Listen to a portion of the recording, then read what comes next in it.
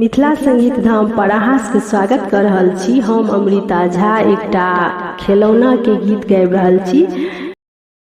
ननदिया हे तोरा निश्चित मांगेब, ननदिया हे तोरा निश्चित मांगेब।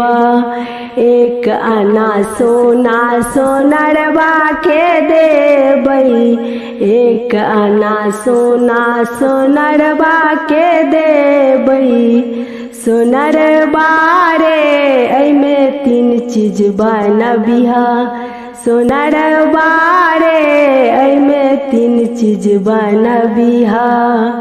ननदी लै झुमका ननदोई लै अंगूठी, ननदी लै झुमका ननदोई लै अंगूठी।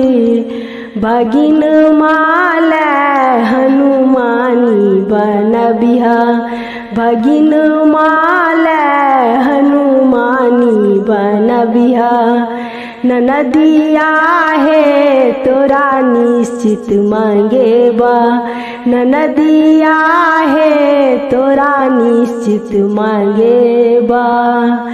1 मीटर कपड़ा दर्जीबा के देबै, 1 मीटर कपड़ा दर्जीबा के देबै।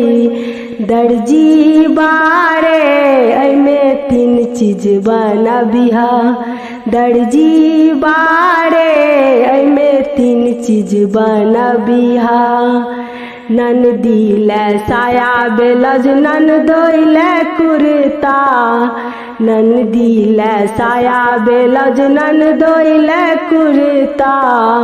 भगिन मालै शेरवानी बनबिहा, भगिन मालै शेरवानी बनबिहा।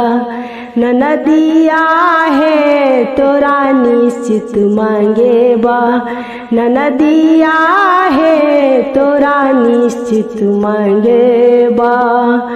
1 पौआ खोआ हलुवैया के देबै, 1 पौआ खोआ हलुवैया के देबै। हलुवैया रे एमे तीन चीज बनबिहा, हलुवैया रे एमे तीन चीज बनबिहा।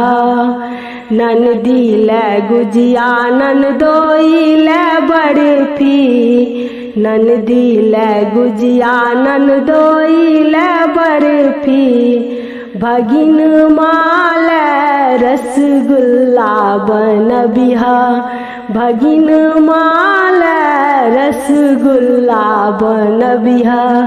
ननदिया हे तोरा निश्चित मांगेब, ननदिया हे तोरा निश्चित मांगेब।